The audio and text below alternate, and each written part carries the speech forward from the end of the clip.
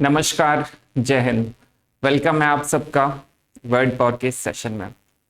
तो चलिए भाई, आज के सेशन को स्टार्ट करते हैं। अगर कल का लेक्चर आपको याद हो तो कल मैंने जो वर्ड्स आपको पढ़ाए थे वो बेसिकली आपको पता है ग्राफ, ग्राफी, ग्राम, इन सब पर फोकस थे, इन सब पे बेस्ड थे। अगर कल का लेक्चर आपको याद हो तो मैंने कल आपको बताया था कि अगर आपको इंग्लिश लैंग्वेज की दुनिया में, मेरी बात को बहुत ध्यान से समझिएगा भाई, मैं क्या बोल रहा हूँ।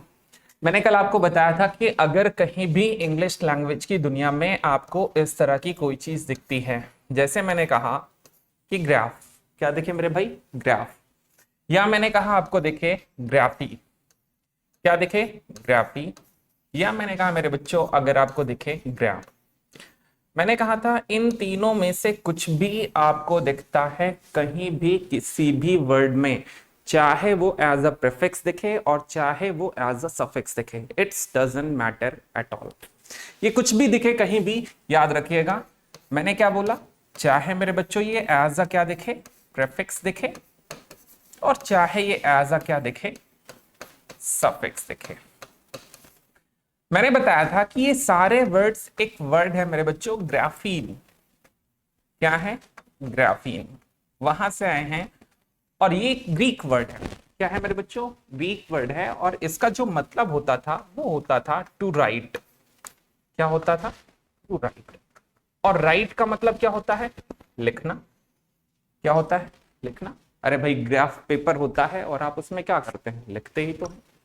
इस पे मैंने कई सारे वर्ड्स आपको पढ़ाए थे, जैसे अगर आपको याद हो, काइरोग्राफी पढ़ाया, ग्राफोलॉजिस्ट पढ़ाया जो सिग्नेचर एनालिस्ट होता है, हैंड राइटिंग एनालिस्ट होता है, कैलीग्राफी पढ़ाया, कैकोग्राफी पढ़ाया, कुछ और वर्ड्स हैं जो इसी पे बेस्ड हैं। आइए उनका डिस्कशन कर लेते हैं, देन हम लोग आगे चलते हैं। क्लियर है? तो इसे आप याद रखिएगा, अगर इस तरह की कोई चीज आपको एज अ प्रीफिक्स या सफिक्स के तौर पर दिखती है तो उसका मतलब पक्का क्या होगा, लिखने से होगा। क्लियर है? चलिए आगे देखिए। अब इन्हीं पे बात करने चल रहे हैं। कुछ वर्ड्स हैं, जरा ध्यान से देखिएगा, समझिएगा जो मैं लिख रहा हूं।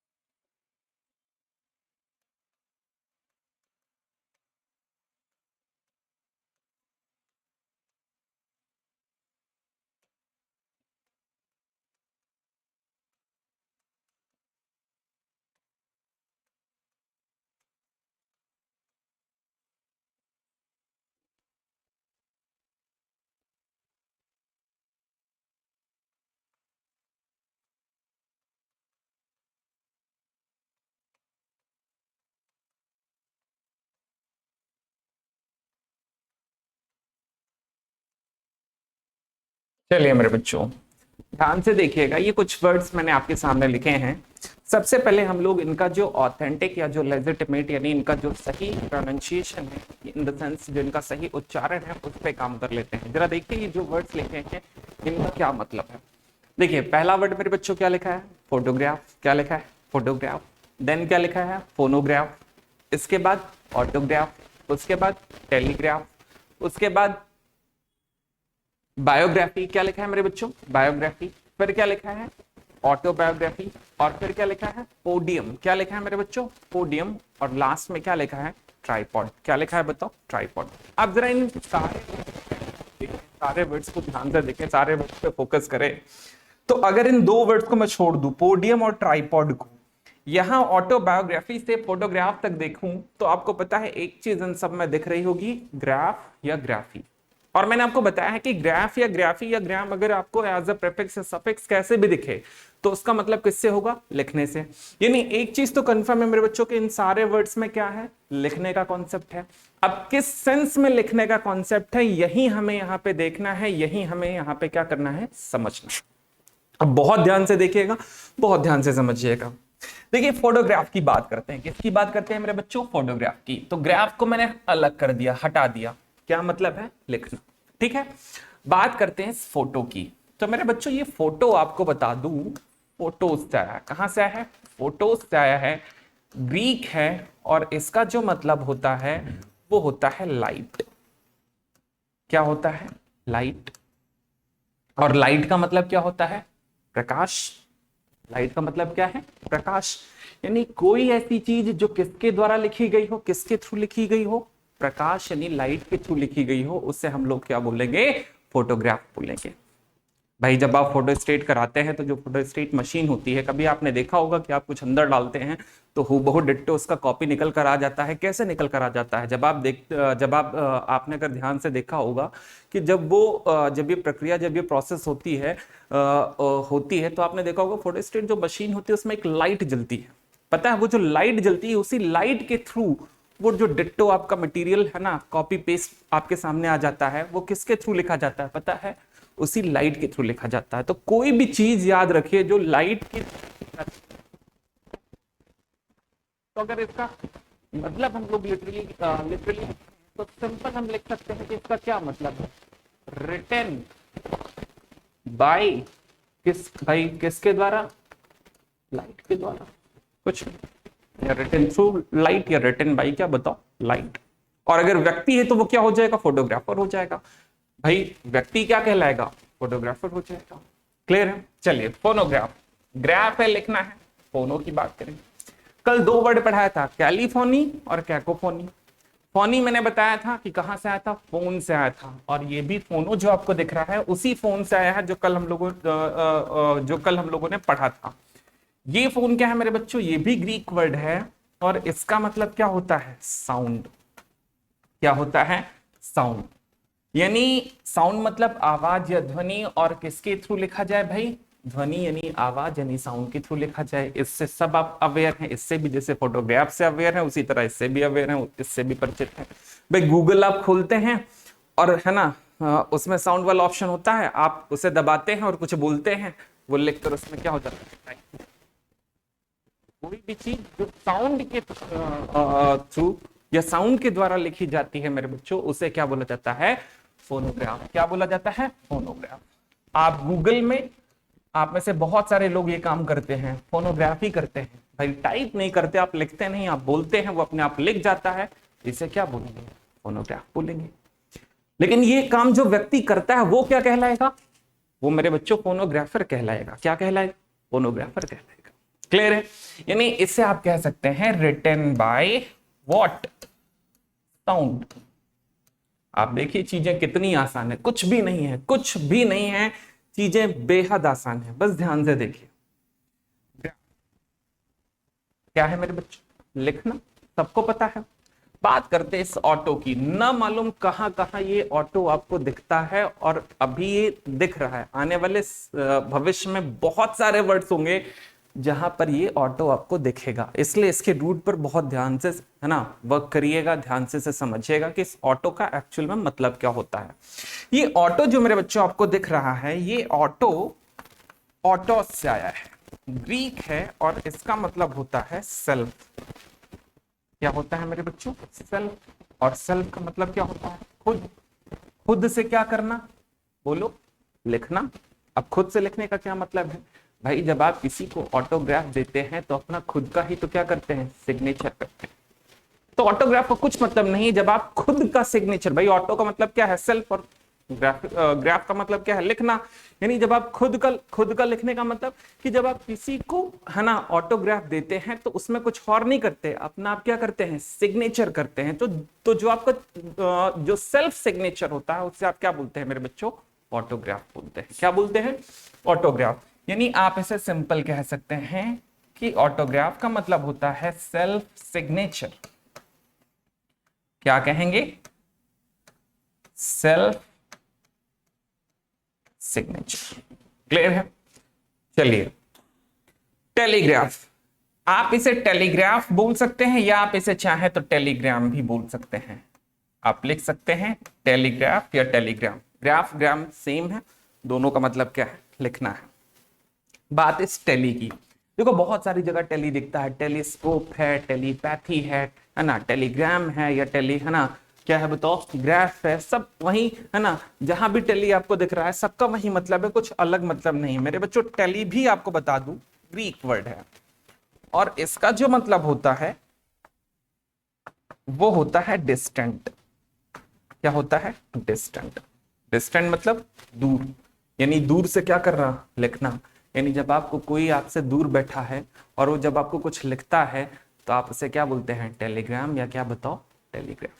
क्या बोलते हैं, टेलीग्राम या क्या बताओ, टेलीग्राफ। पहले कहा जाता था कि उसने मुझे टेलीग्राम छोड़ दिया, मुझे उसने टेलीग्राम दे दिया। मेरे भाई, जो देता था वो आपके लिए कुछ है ना लिखता था और वो आपसे पास नहीं होता था, वो आपसे क्या होता था, दूर ही होता था। तो टेलीग्राम और telegraph is nothing but it's a what, distant writing. क्या है बच्चों, डिस्टेंट क्या है बताओ, राइटिंग है। तो इसे हम सिंपल बोल सकते हैं डिस्टेंट राइटिंग। देखो डिस्टेंट, कंफ्यूजन ना हो, सिंपल सा लॉजिक है। डिस्टेंस आपको पता है ये नाउन है ना, सीई है और इसी में एंटी जुड़ गया है मेरे बच्चे। देखो बता चुका हूं वर्ड फॉर्मेट, ये इसी का क्या है मेरे बच्चे, एडजेक्टिव। क्या है बताओ, एडजेक्टिव। तो डिस्टेंस ही क्या बना है, डिस्टेंस। जैसे प्रेजेंस, प्रेजेंट, एब्सेंट, एब्सेंस, वैसे डिस्टेंस, डिस्टेंट। क्लियर है? चलिए आगे देखिए, बायोग्राफी। क्या है बताओ, बायोग्राफी। ग्राफी है, लिखना है। बायो तो मैं आपको पढ़ा चुका हूं ना, मालूम कहां कहां बायो आता है, बायोलॉजी, बायोस्फीयर है ना, बायोफाइल, पता नहीं कहां कहां बायो दिखता है। और पढ़ा भी चुका हूं, आपको बता भी है बायो का क्या मतलब, लेकिन फिर से मैं बता दे रहा हूं, आया है तो इसका रूट आप देख लीजिए क्या मतलब है इसका। ग्राफी तो लिखना ये हमको पता है, इसमें कोई डाउट नहीं है। बात इस बायो की करते हैं, तो बहुत ध्यान से देखना मेरे बच्चे। ये जो बायो तुम्हें दिख रहा है, ये बायो पढ़ चुके हो, बायोस से आया है, ये भी ग्रीक है और इसका मतलब क्या होता है मेरे बच्चे, लाइफ।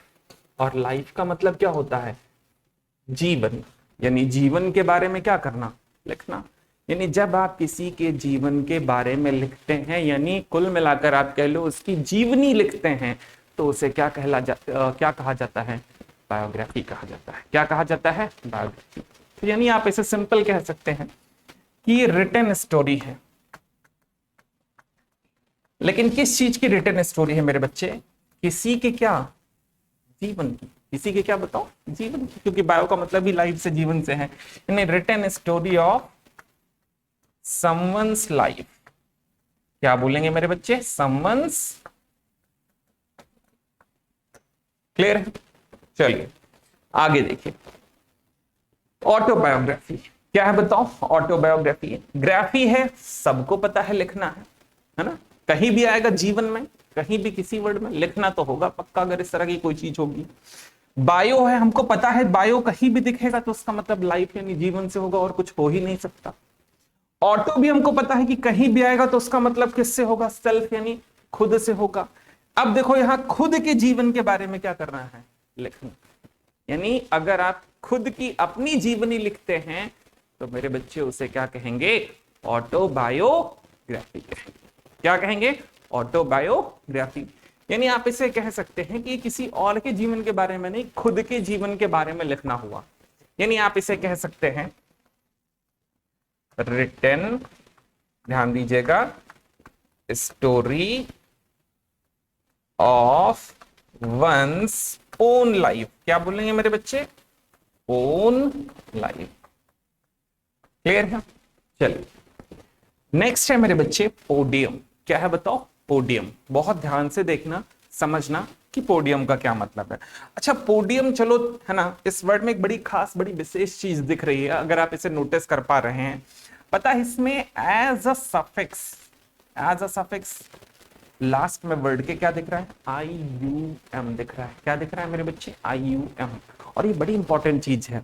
ना मालूम कहाँ कहाँ आप IUM देखते हैं, मैं आपको गिना रहा हूं कहाँ कहाँ दिखता है। स्टेडियम, जिम्नाजियम, पैंडेमोनियम, एम्पोरियम, है ना, ऑडिटोरियम, ना मालूम कहाँ कहाँ IUM आपको दिखता है। लेकिन आपकी समस्या जानते हैं क्या है? आपकी समस्या ये है कि आप हमेशा याद करने की कोशिश करते हो, लेकिन आपको याद नहीं करना। मैं यही बता रहा हूँ, आपको याद करने की जो मेथोडोलॉजी है उसी से मैं आपको, है ना, फ्री करा रहा हूँ।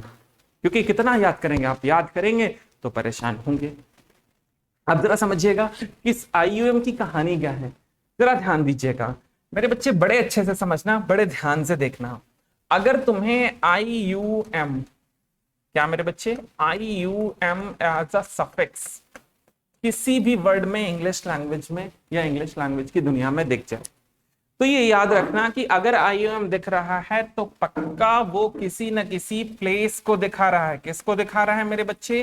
किसी न किसी प्लेस, यानी किसी न किसी स्थान को दिखा रहा है। जैसे मैं कहूं स्टेडियम, तो स्टेडियम भी तो एक स्थान है। मैंने कहा जिम्नाजियम, तो जिम्नाजियम भी तो एक क्या है बताओ? स्थान, प्लेस है। मैंने कहा ऑडिटोरियम, तो ऑडिटोरियम भी एक क्या है बताओ? स्थान। मैंने कहा पैंडेमोनियम, बताओ IUM है, मैंने कहा वो भी क्या है बताओ? स्थान है। मैंने कहा ऑडिटोरियम, बताओ वहां भी IUM है, वो भी क्या है? स्थान है। तो पोडियम में IUM है तो वो भी तो क्या होगा? स्थान ही होगा, कुछ और अलग हो नहीं सकता। अब स्थान है ये तो हमें समझ में आ रहा है, लेकिन कैसा स्थान है? अब जरा समझना, ये POD क्या है जरा समझना। ये POD मैंने आपको बताया था, जब याद करो सेशन नंबर 9 में लुईस का 4-6 में पढ़ा रहा था, तो वहां पे मैंने जब आपको पेडागोजी या पेडागॉग वगैरह पढ़ाया था, तो वहां मैंने कहा था कि जो पेड है उसका कंफ्यूजन आपको इस तरह के वर्ड से ना हो, जैसे पेडेस्ट्रियन है। पेडेस्ट्रियन के साथ मैंने आपको पढ़ाया था, अगर आपको याद हो, मैंने कहा पेडल है, मैंने कहा, है ना, इस तरह के वर्ड्स जब बताए थे तो वहां पे इसका रूट बताया था। मेरे बच्चे ये जो पॉड तुम्हें दिख रहा है, बड़े ध्यान से देखना, ये पॉड आपको बता दूं, ये पॉड पोडस या पेडिस से आया है। कहां से आया देखो, पोडस या पेडिस से आया है। और ये क्या है? ग्रीक है। और इसका मतलब क्या होता था याद करो? फुट। और फुट का मतलब क्या होता है? पैर, है ना। अब ये बताओ, स्थान है जहां पर क्या रखते हैं? पैर रखते हैं।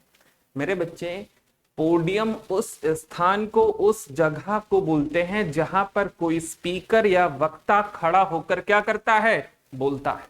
उसे क्या बोला जाता है? पोडियम बोला जाता है। यानी स्पीकर का जो प्लेटफॉर्म होता है उसे हम लोग क्या बोलते हैं मेरे बच्चे? पोडियम बोलते हैं। क्या बोलते हैं? पोडियम बोलते हैं। देख लो कितना आसान है, कुछ भी नहीं, बहुत सिंपल है। यानी आप इसे कह सकते हैं स्पीकर्स प्लेटफॉर्म। क्या बोलेंगे मेरे बच्चे? स्पीकर्स प्लेटफॉर्म, या इसे आप डायस बोल सकते हैं। क्या बोल सकते हैं मेरे बच्चे? डायस बोल सकते हैं। क्या बोल सकते हैं? डायस भी बोल सकते हैं। इसका एक बहुत शानदार सिनोनिम मैं आपको बताऊं, वो है रोस्ट्रम। क्या है मेरे बच्चे? रोस्ट्रम। तो आप पोडियम को डायस या रोस्ट्रम भी बोल सकते हैं। तीनों बिल्कुल क्या है? सेम चीजें हैं। और तीनों वर्ड्स पोडियम, डायस या रोस्ट्रम एक दूसरे के क्या है बताओ? सिनोनिम्स हैं। क्लियर है? नेक्स्ट एंड लास्ट जो अभी लिखा है मैंने यहां पे, ट्राइपॉड। क्या लिखा है मेरे बच्चे? ट्राइपॉड। पॉड है, पॉड का मतलब क्या है बताओ? फुट यानी पैर। और ट्राई मतलब क्या होता है? तीन। अब तीन पैर, अब तीन पैर का मतलब, अब बताओ आपके तीन पैर किसके होते हैं, है ना? थोड़ा सोचने की कोशिश करिए कि तीन पैर किसके होते हैं। अब आप कहेंगे टेम्पो के होते हैं, ऑटो के होते हैं, मेरे भाई, है ना, उसे पैर नहीं कहेंगे। देखो मेरे सामने ट्राइपॉड रखा है, तीन पैर का मतलब आपको पता है, जो आपका कैमरा स्टैंड होता है ना, उसके कितने पैर होते हैं? तीन पैर होते हैं। उसे हम लोग क्या बुलाते हैं? ट्राइपॉड। क्योंकि उसके तीन पैर होते हैं इसीलिए उसे बुलाया ही जाता है क्या बताओ? ट्राइपॉड। तो ट्राइपॉड का मतलब ही होता है, देखो सिंपल आप कह सकते हैं कैमरा स्टैंड। क्या बोलेंगे मेरे बच्चे? Camera stand. क्लियर है? चलिए जल्दी से इसका स्क्रीनशॉट ले लीजिए या इसे आप नोट कर लीजिए, जैसा भी चाहें, जैसा भी चाहें मेरे बच्चे, जल्दी से इसका स्क्रीनशॉट ले लीजिए जिससे कि हम लोग आगे चलें कुछ और वर्ड्स। प्लीज जल्दी से इसका स्क्रीनशॉट ले लीजिए। ठीक है, 5 सेकंड का मैं आपको टाइम दे रहा हूं, ले लीजिए इसका स्क्रीनशॉट।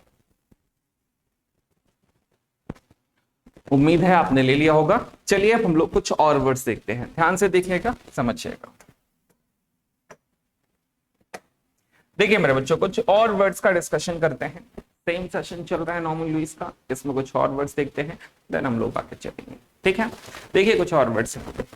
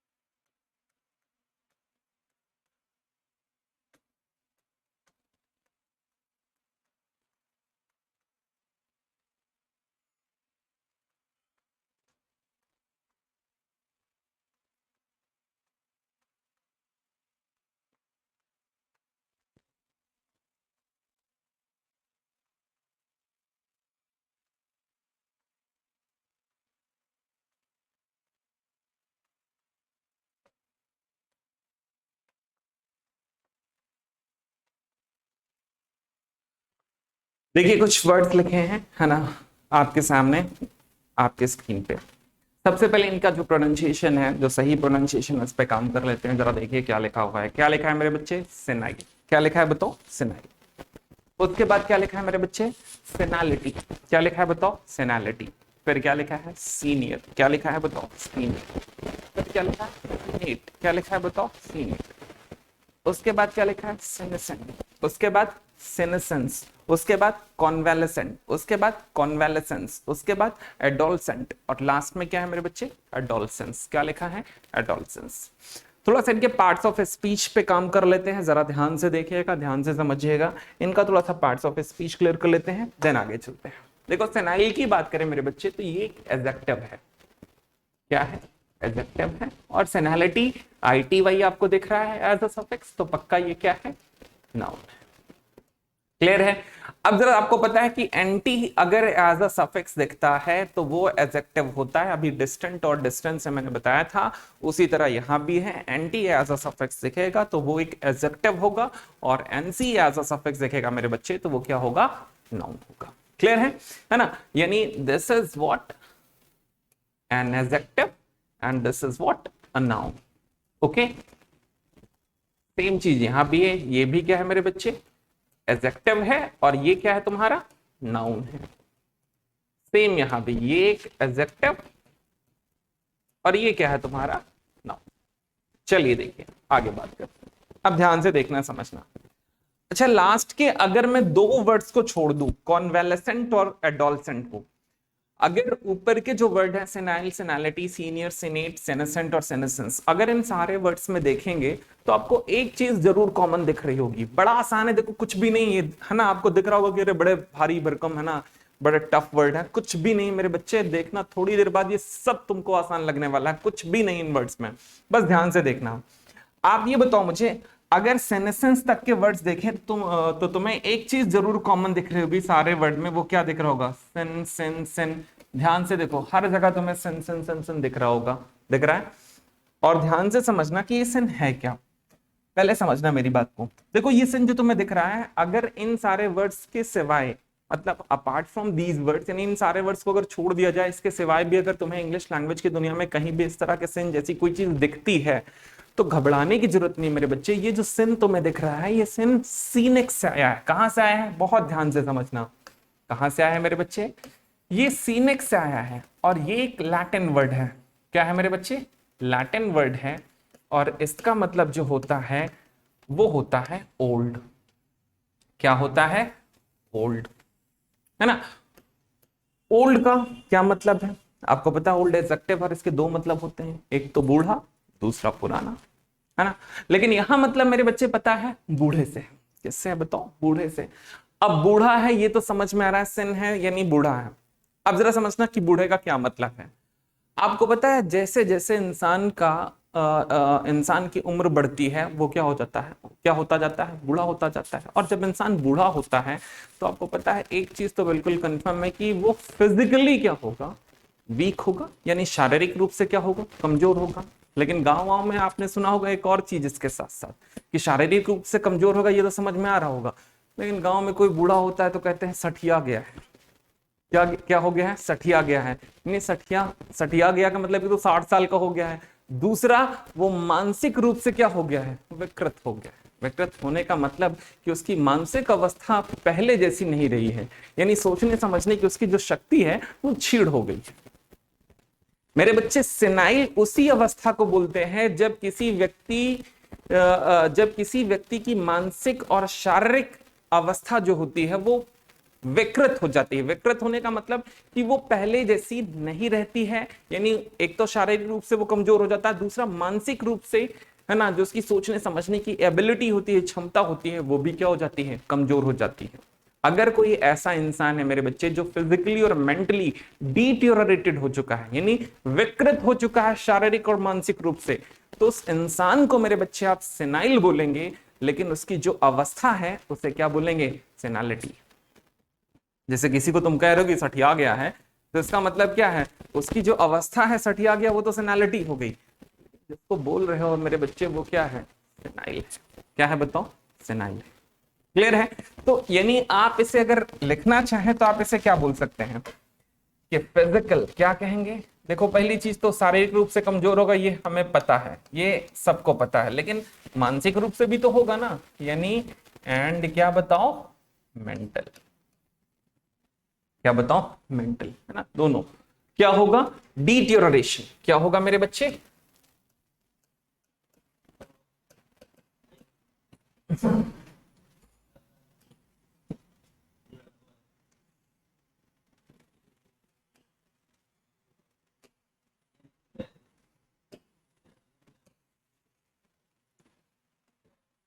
क्या हो जाएगा? डिटेरियोरेशन। घबराना नहीं, ये डिटेरियोरेशन का मतलब ही होता है ना, विकृत होना, खराब होना, जो भी कह लीजिए। ये याद रखना, ये नाउन है।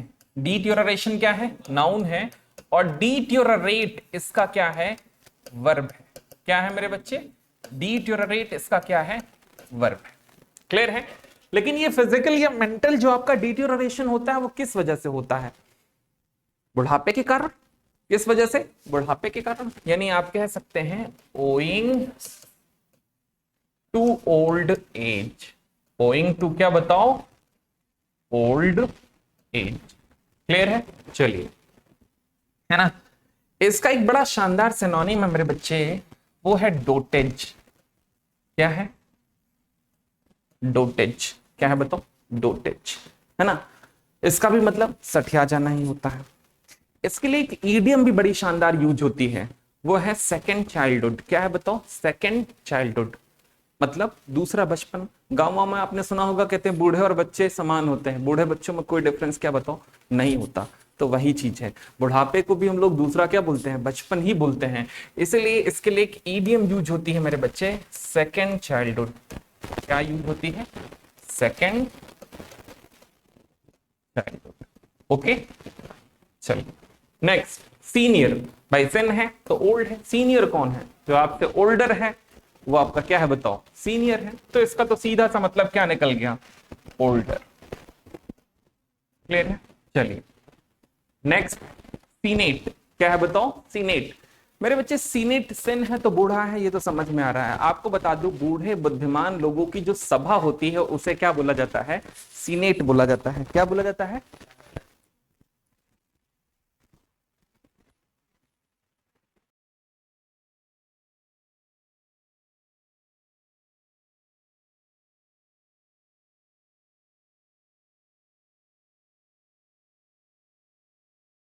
समझिएगा, मैं क्या बोल रहा था? सिन है तो क्या मतलब है मेरे बच्चे? है ना, बूढ़ा है। तो जरा समझना, बूढ़े बुद्धिमान लोगों की जो सभा होती है उसे हम लोग क्या बोलते हैं? सीनेट बोलते हैं, है ना। जैसे मैंने कहा, गांव में आपने देखा होगा 5 बुढ़े लोग इकट्ठा होकर कोई किसी बात पे बहस कर रहे हैं, बातचीत कर रहे हैं, तो कह सकते हैं सीनेट लग गई है ना।